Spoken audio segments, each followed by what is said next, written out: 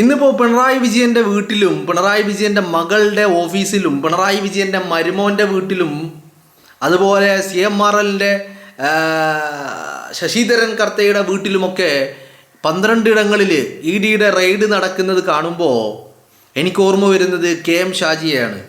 KM ഷാജിയോട് ഒരിക്കൽ ഒരാൾ ചോദിച്ചു, എങ്ങനെയാ ഷാജിക്ക ഈ കേസൊക്കെ നടത്തുന്നത്? സുപ്രീം കോടതി വരെ എത്തി നിൽക്കുകയാണ് കേസ്. അപ്പോൾ കേസൊക്കെ നടത്തിപ്പിന് പാർട്ടി സഹായങ്ങളൊക്കെ ചെയ്യുമോ? അപ്പോൾ ഷാജി അന്ന് മറുപടി പറഞ്ഞത്, പാർട്ടിയോട് സഹായം ചോദിച്ചിട്ടില്ല. പാർട്ടി സഹായിക്കാമെന്ന് പറഞ്ഞാലും അത് വേണ്ടെന്ന് പറയും. കാരണം എന്താ? കാരണം ഇത് എന്നെ കുരുക്കുവാൻ വേണ്ടിയുള്ള ഒരു പണിയായിരുന്നു.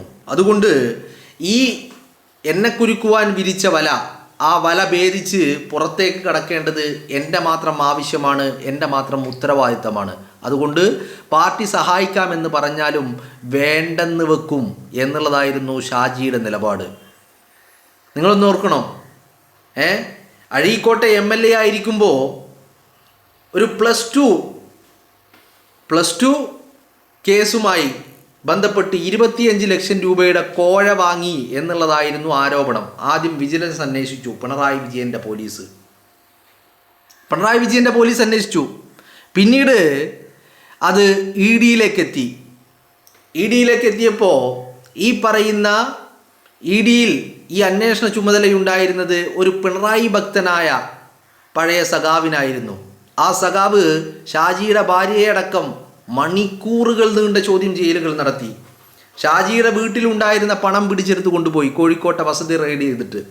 അന്നാണ് ഷാജി ആ വസതി റെയ്ഡ് ചെയ്തുകൊണ്ടിരിക്കുമ്പോഴാണ് ഷാജി ഒരു കപ്പിൽ ചായയുമായി വന്ന് ഒരു മുണ്ടും ഒരു നീല ടീഷർട്ടും അണിഞ്ഞിട്ട് വളരെ കൂളായിട്ട് കാമായിട്ട് ആ മനുഷ്യൻ ED അവിടുന്ന് അരിച്ചു പെറുക്കുന്നു, ഈ മനുഷ്യൻ പുറത്തു നിന്ന് ചായ കുടിക്കുന്നു. ആ ദൃശ്യങ്ങളൊക്കെ നമ്മൾ കണ്ടതാണ്. അപ്പോൾ വേട്ടയാടി അവസാനം ഷാജി എന്ത് ചെയ്തു? ഷാജി പോരാടി, സുപ്രീം കോടതിയിൽ പോയി പോരാടി. ഷാജിയെ മത്സരിക്കാതിരിപ്പിക്കുവാനുള്ള ശ്രമങ്ങൾ വരെ നടത്തി. മത്സര രംഗത്ത് നിന്ന് വിലക്കണമെന്നുള്ള ആവശ്യം പോലും ഉന്നയിച്ചു.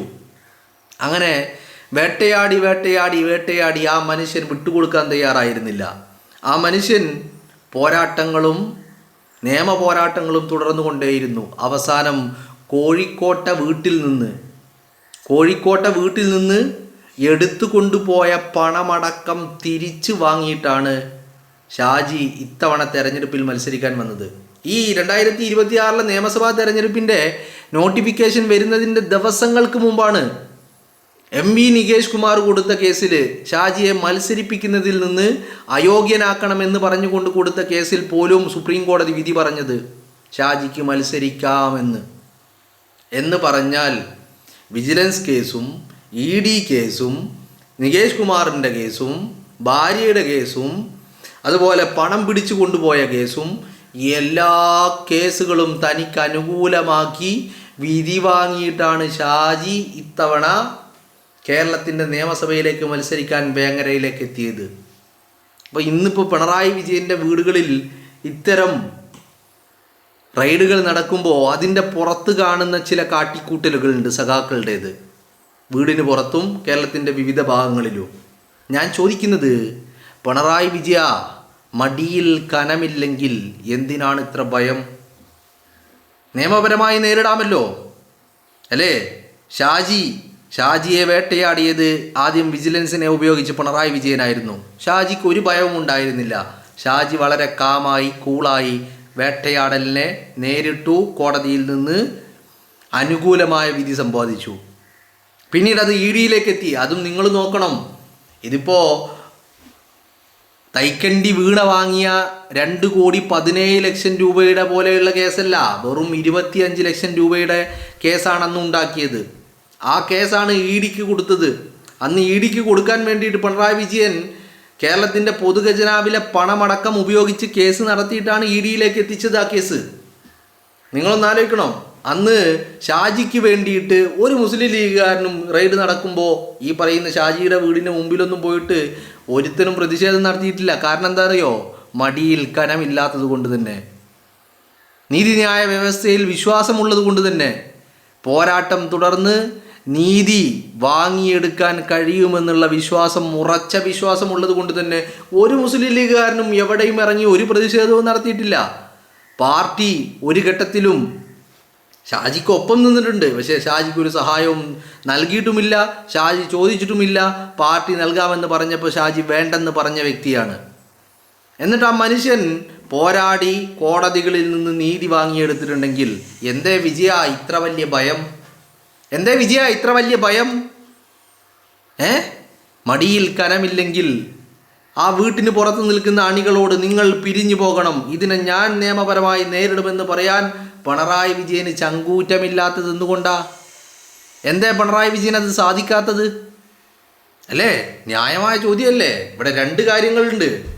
2.217 രൂപ എന്തിനാണ് വീണ CMRൽ നിന്ന് മാസപ്പടിയായിട്ട് കൈപ്പറ്റിയത്?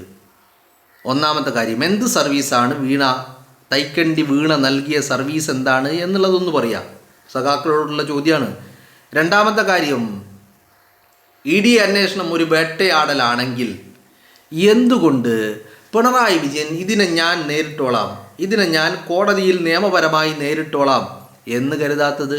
എന്തേ സഖാക്കളെ ഇറക്കി ഈ അന്വേഷണത്തെയും ഈ റെയ്ഡിനെയും ഒക്കെ തടസ്സം സൃഷ്ടിക്കുവാനുള്ള ശ്രമങ്ങൾ നടത്തുന്നത് എന്തുകൊണ്ടാണ്? ഇപ്പോൾ പിണറായിയിലെ വീട്ടിലേക്ക് ഈ പറയുന്ന കൃമികീടങ്ങൾ ഉന്തിത്തള്ളിക്കേറി വീടിൻ്റെ ഗേറ്റൊക്കെ പൊളിച്ച് ഈ പറയുന്ന അന്വേഷണ ഉദ്യോഗസ്ഥരെയും സുരക്ഷാ ഉദ്യോഗസ്ഥരെയും ആക്രമിക്കാൻ പോകുന്ന സാഹചര്യം വരെ ഉണ്ടായി. അപ്പോൾ എന്തിൻ്റെ അടിസ്ഥാനത്തിലാണത്?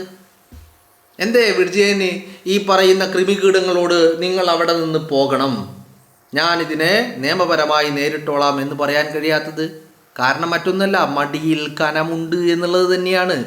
മടിയിൽ കനമുണ്ട്, പിണറായി വിജയനെ ഒളിക്കാൻ ഒരുപാടുണ്ട് എന്നുള്ളത് തന്നെയാണ്. അപ്പോൾ ഈ അന്വേഷണങ്ങളിൽ വലിയ ആശങ്കയാണ് പിണറായി വിജയനുള്ളത്. കാരണം പ്രായം 80 കഴിഞ്ഞിരിക്കുക. ഇങ്ങനെ ഒരു ഘട്ടത്തിൽ പോയിട്ട് അഴിയെണ്ണേണ്ടി വരിക എന്ന് പറയുന്നത് വലിയ തോൽവിയായി മാറുമെന്നുള്ളത് പിണറായി വിജയന് നന്നായിട്ട് അറിയാം. അതുകൊണ്ട് തന്നെയാണ് പിണറായി വിജയൻ ഇപ്പോൾ സഖാക്കളെ ഇറക്കിയിട്ട് കേരളത്തിലെ ക്രിമികീടങ്ങൾ ഒന്നടങ്കം ഇറങ്ങിയിട്ടുണ്ട്. പാർട്ടി സഖാക്കൾ, പാർട്ടി സെക്രട്ടറി അടക്കം, സംസ്ഥാന സെക്രട്ടറി അടക്കം, അഖിലേന്ത്യാ സെക്രട്ടറി അടക്കം ഇറങ്ങിയിട്ടുണ്ട്. എന്താ കാര്യം? എല്ലാം പിണറായി വിജയൻ്റെ ഔദാര്യ. ബേബിനെ പിടിച്ച് അഖിലേന്ത്യാ സെക്രട്ടറി ആക്കിയതാരാ? പിണറായി വിജയൻ. കോവിന്ദനെ പിടിച്ച് സംസ്ഥാന സെക്രട്ടറി ആക്കിയതാരാ? പിണറായി വിജയൻ. ബേബിനെ കൊണ്ട് പാത്രം കഴിപ്പിച്ചതാരാ? പിണറായി വിജയൻ. കോവിന്ദനെ കൊണ്ട് നായ കുരക്കും പോലെ കുരപ്പിച്ചതാരാ? പിണറായി വിജയൻ അല്ലേ?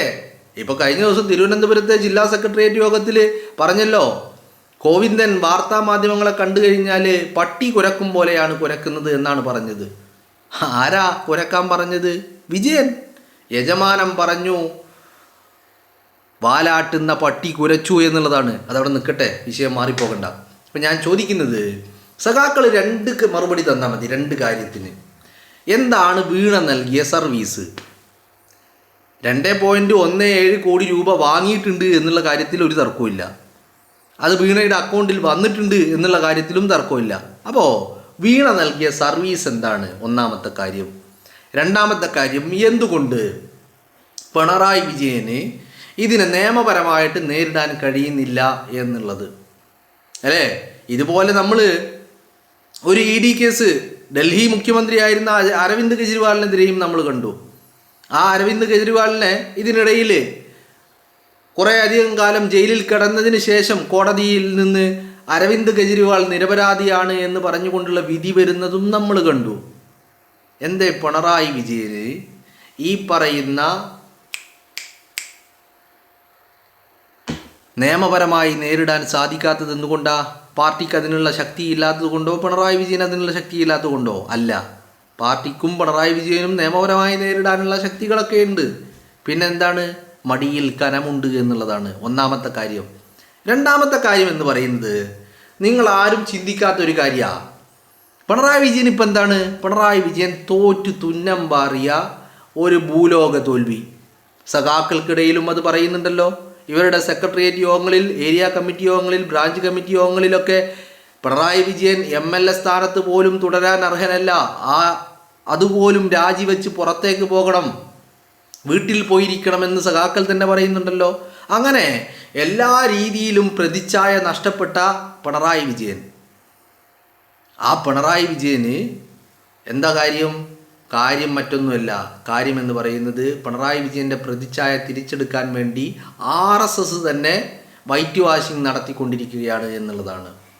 അപ്പം ഞാൻ പറഞ്ഞു വന്നത്, KM ഷാജി എന്ന് പറയുന്ന നേതാവ്, ആ KM ഷാജി വളരെ കൃത്യമായിട്ട് നിയമ പോരാട്ടം നടത്തിയിട്ട് കോടതിയിൽ നിന്ന് താൻ കുറ്റക്കാരനല്ല എന്ന് മാത്രമല്ല, തൻ്റെ വീട്ടിൽ നിന്ന് എടുത്തുകൊണ്ട് പോയ പണമടക്കം തിരിച്ചു വാങ്ങിയ മനുഷ്യൻ ഇതുപോലെ ഒരു നിയമ നടപടിയുമായിട്ട് മുന്നോട്ട് പോകാൻ എന്തേ കഴിയാത്തത് എന്നുള്ളതാണ്.